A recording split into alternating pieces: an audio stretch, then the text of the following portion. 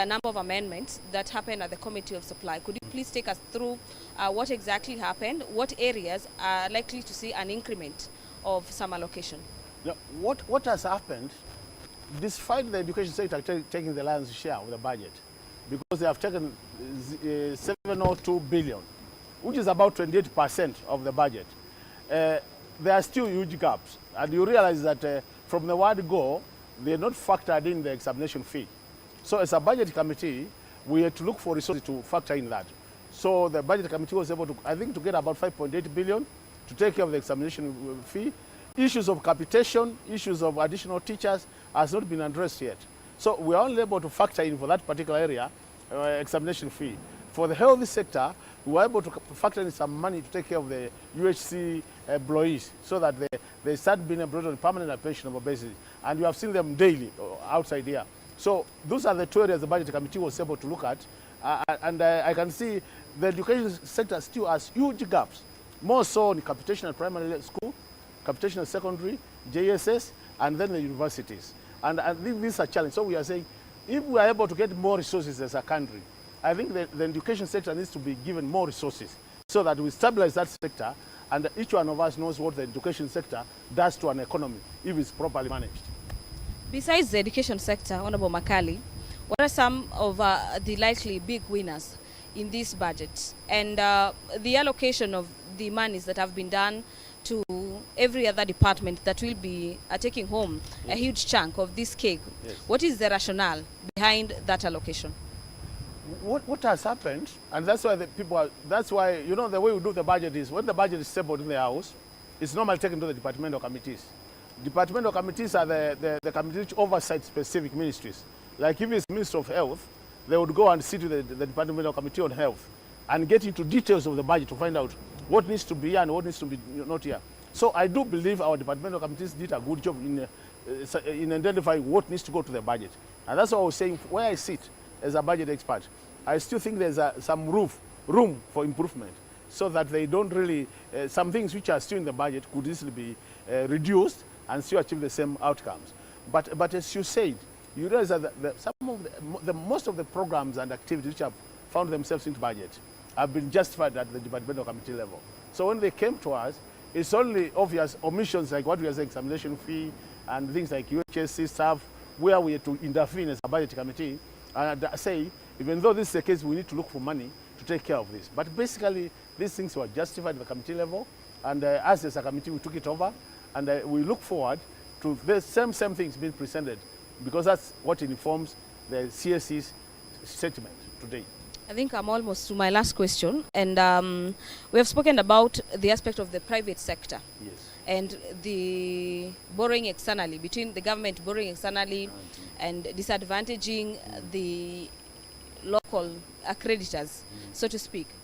And when you look at this issue, it ties to the aspect of pending bills. And one of the things I, as a Kenyan, would be expecting to understand from the CS for Treasury, how do we plan to work on reducing or totally clearing the pending bills? So what is your expectation? And probably from having come from a critical committee, do you probably have some insights on how we need to address this issue, bearing in mind that a majority of business owners are choking when it comes to the aspect of pending bills, because you do business, but you cannot do the next business because your previous funds have not been settled. How do we need to address that as a country? No, this is what I want to say. Basically, the issue of pending bills is a big issue in this country.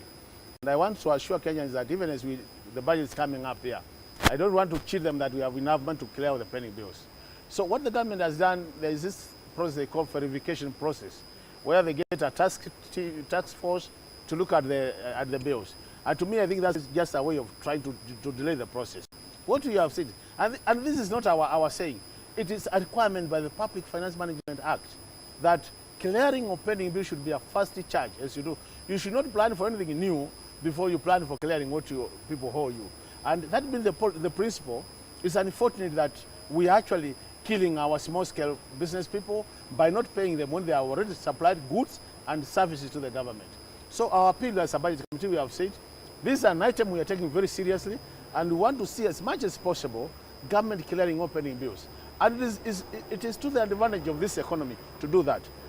Because by clearing those bills, as you said earlier, the same institutions or enterprises will be able to produce more, and production of more means employing more people, and then it will trigger many economic activities, which are good for our economic growth. Yes.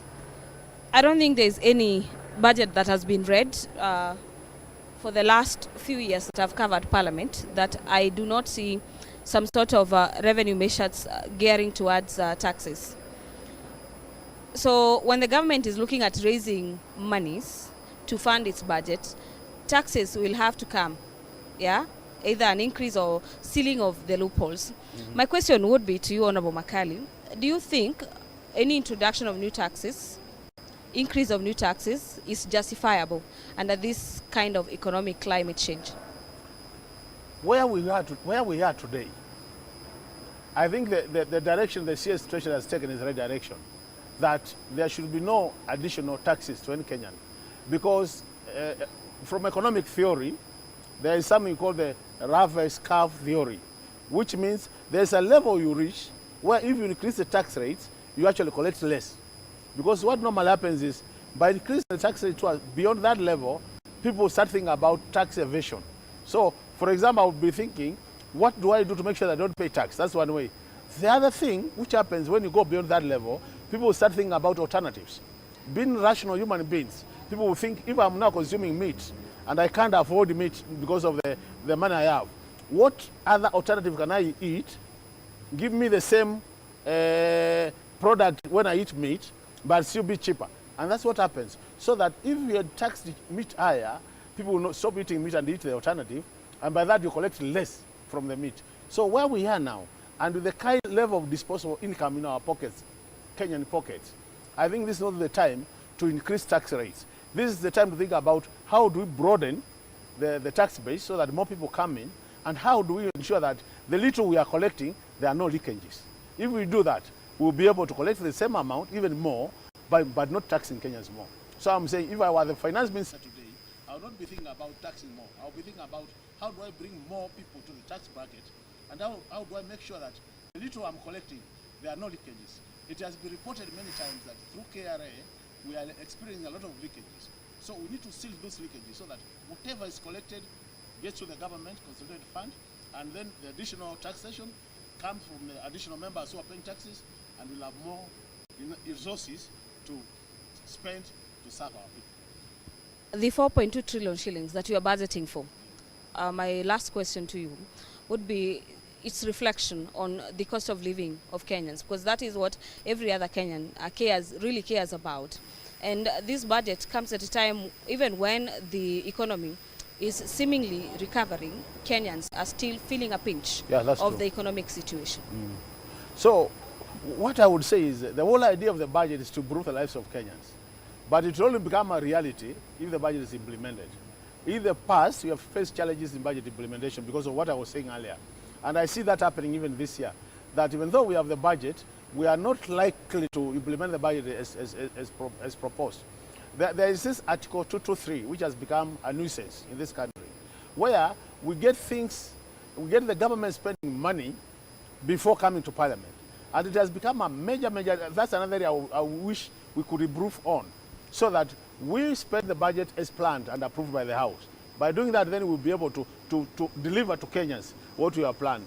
But if we address the things I was saying earlier, so that we implement the budget, I can assure you, Gladys, this budget will be helping Kenyans to get out of where they are, because Kenyans are suffering. It's not a secret, and we need to do what it takes. This government needs to do what it takes to improve the lives of Kenyans by doing better, delivering the right programs, either in the education sector, in the health sector, and the normal economic activities, because it is the empowerment programs which push more money to the pockets of Kenyans.